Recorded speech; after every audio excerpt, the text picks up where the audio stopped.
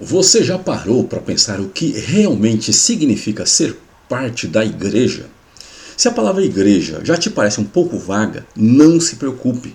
Hoje nós vamos descomplicar o conceito e explorar a natureza da igreja, uma parte fundamental do cristianismo. Nós vamos descobrir não apenas o que é a igreja, mas também como os cristãos são descritos e quais são as principais ilustrações que usamos para entender essa instituição tão especial. Então, se você quer entender de uma vez por todas o que faz da igreja algo tão único e essencial, fique com a gente. Em primeiro lugar, vamos ver o que de fato é igreja. E para entender a natureza da igreja, nós precisamos olhar para três aspectos importantes, conforme estamos vendo aí no slide, que são as palavras que a descrevem, as palavras que descrevem os cristãos e as ilustrações que usamos para entender a igreja. Primeiro, vamos ver as palavras utilizadas para descrever a igreja. E a primeira é eclésia, que é a palavra usada no Novo Testamento e que significa basicamente uma assembleia de chamados para fora. O que isso basicamente significa? Que todos os cristãos em uma cidade são a eclésia. Também essa expressão ela pode ser aplicada a uma congregação, basicamente um grupo específico de crentes que se reúne em um local, como uma congregação. E aí podemos citar o exemplo do slide aí em Corinto.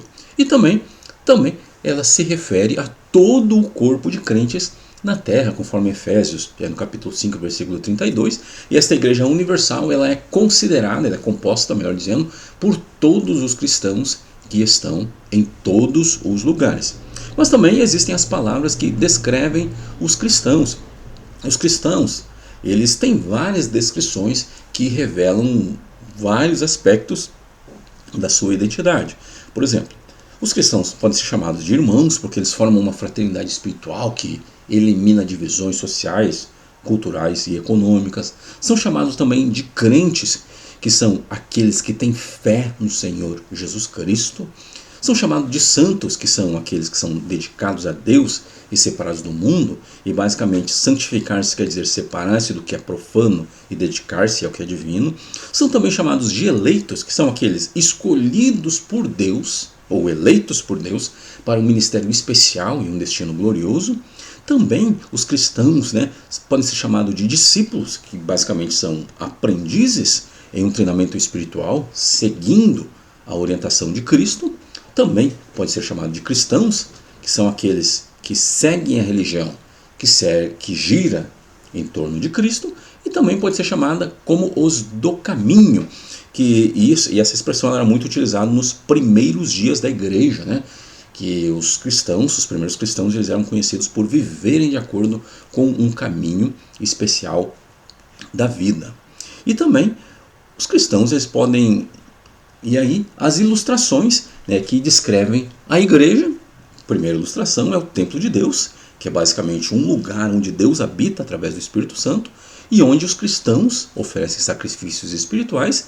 E também a igreja pode ser chamada de a noiva de Cristo, que é uma ilustração que mostra a união, a comunhão entre Deus e o seu povo.